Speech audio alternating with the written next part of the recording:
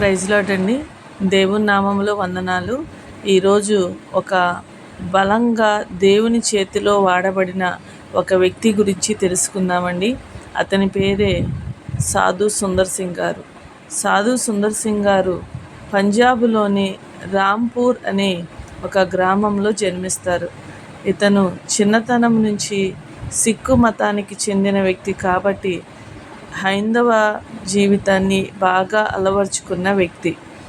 తల్లి ఇతన్ని ఒక సాధువుగా చూడాలని చాలా కోరికగా ఉండి సాధువు విషయాలు చెప్పటము, సాధువుల దగ్గరికి వెళ్ళి వాళ్ళ యొక్క అలవాట్లు నేర్పించటం అలా చేస్తూ ఉండేది. ఇతను చదువుకోవటానికి దగ్గరలో స్కూల్స్ లేకపోవటం వల్ల క్రైస్తవుల స్కూల్లో చేర్పించటం జరుగుతుంది. ఆ స్కూల్లో క్రైస్తవులకు సంబంధించి ఏదైనా విషయం చెప్తుంటే సాధు సుందర్ సింగ్ గారు చాలా అసహించుకునేవారు. ఏదైనా విషయం చెప్తే దానికి వ్యతిరేకంగా మాట్లాడుతూ ఉండేవారు. ఇలా అతని జీవితం కొనసాగుతూ ఉండగా అతనికి ఒక దినాలలో అతని తల్లి మరణిస్తుంది. మరణించినప్పుడు అతనికి చాలా బాధపడుతూ ఉంటాడు.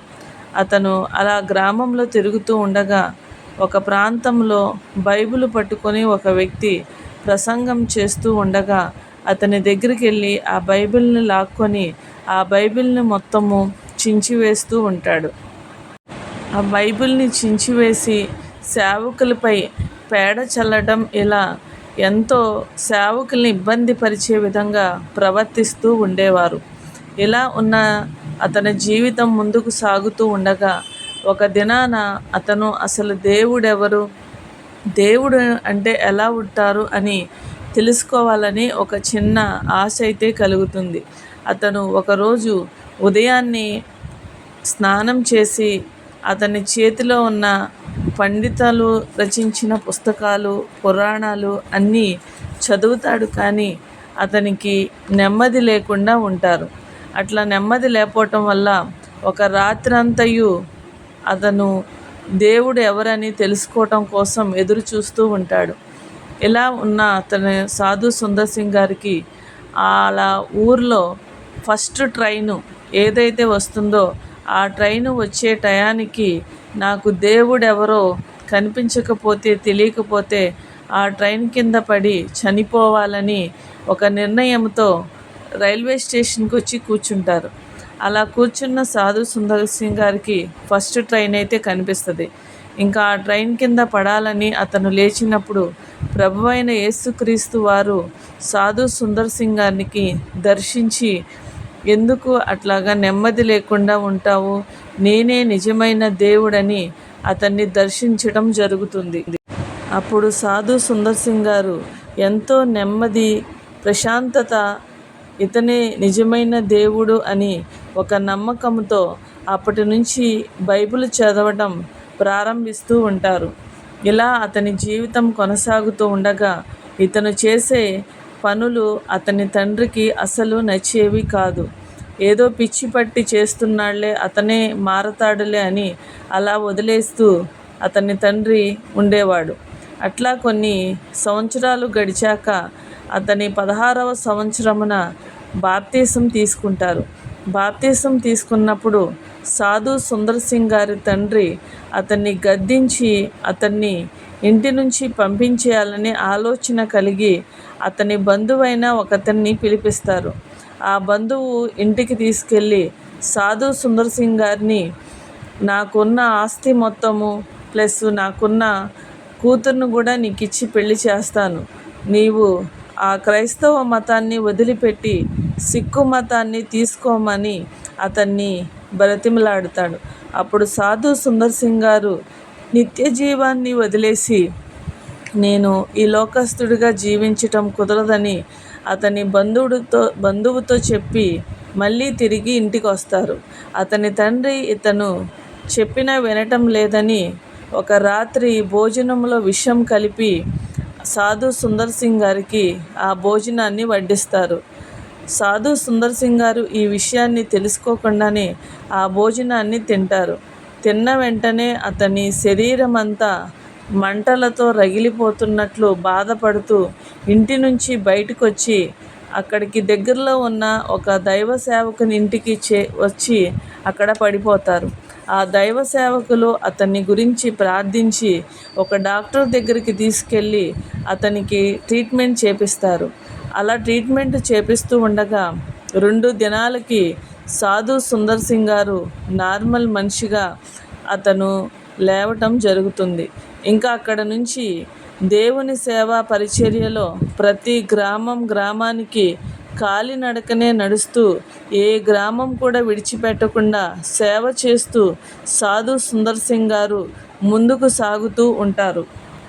ఇలా సాధు సుందర్ సింగ్ గారు ఒక ప్రాంతం నుంచి ఇంకో ప్రాంతానికి వెళుతూ ఉన్నప్పుడు సింహాలు, పులులు, ఇట్లా పాములు కూడా అడ్డు వచ్చిన సాధు సుందర్ సింగ్ గారితో పాటే ఉండేవి, కానీ అవి సాధు సుందర్ సింగ్ గారిని ఏమీ చేసేవి కావు. ఇలా సాధు సుందర్ సింగ్ గారు గ్రామానికి తిరుగుతూ పరిచర్య చేస్తూ దినాలలో అతను సాధు సుందర్ సింగ్ గారు ఒక నది దాటవలసి వచ్చింది. ఆ నది దగ్గరే నిలబడి ప్రార్థిస్తూ, దేవా, నేను ఈ నది ఎలా దాటాలి అని మోకరించి ప్రార్థిస్తూ ఉండగా ఒక పొడవాటి వ్యక్తి అతని దగ్గరికి వచ్చి సాధు సుందర్ సింగ్ గారిని భుజాలపైన ఎత్తుకొని సాధు సుందర్ సింగ్ గారు కొంచెమైనను తడవకుండానే నది దాటించి అతను మళ్ళీ కనిపించకుండా వెళ్ళిపోతారు. ఆ కార్యాన్ని చూసి సాధు సుందర్ సింగ్ గారు దేవునికి ఎంతో కృతజ్ఞత చెల్లిస్తారు. ఇంకా సాధు సుందర్ సింగ్ గారి జీవితంలో జరిగిన ఇంకొక అద్భుతం గురించి మనము తెలుసుకుందాం. సాధు సుందర్ సింగ్ గారు ఒక ప్రాంతానికి వెళ్ళటానికి ట్రైన్ ఎక్కి ప్రయాణిస్తూ ఉండగా ప్రయాణ మధ్యలో అతనికి ఎదురుగా కూర్చున్న వ్యక్తికి సువార్త చెప్పాలని అతని దగ్గరున్న బైబిల్ను తీసి ఆ వ్యక్తికి ఇవ్వబోతుండగా ఆ వ్యక్తి ఆ బైబిల్ని తీసుకొని దానిలోని పేజెస్ మొత్తం చింపేసి ఆ బైబిల్ని కిందకి విసిరివేస్తారు.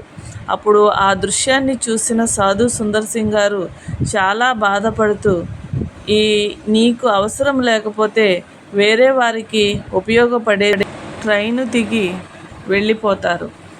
ఇంకా ఇట్లా సాధు సుందర్ సింగ్ జీవితంలో చాలా కార్యాలు జరిగాయి.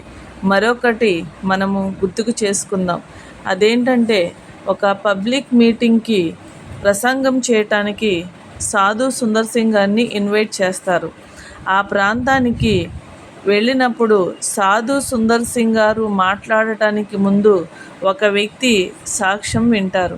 ఆ సాక్ష్యం ఏంటంటే, నేను చాలా ఇరుకుల్లో, ఇబ్బందుల్లో, అప్పులు పాలై నా కుటుంబాన్ని పోషించుకోలేని స్థితిలో నేను ఇంకెందుకు బ్రతకాలి అని రైల్వే స్టేషన్ దగ్గరికి వెళ్ళి రైలు కింద పడి చనిపోవాలి అని నేను ఆ ట్రైన్ కింద పడి చనిపోవాలని నేను అనుకుంటున్నప్పుడు నా ముందు ఒక పుస్తకము చెంపబడిన పేపర్స్తో నా ముందు పడింది.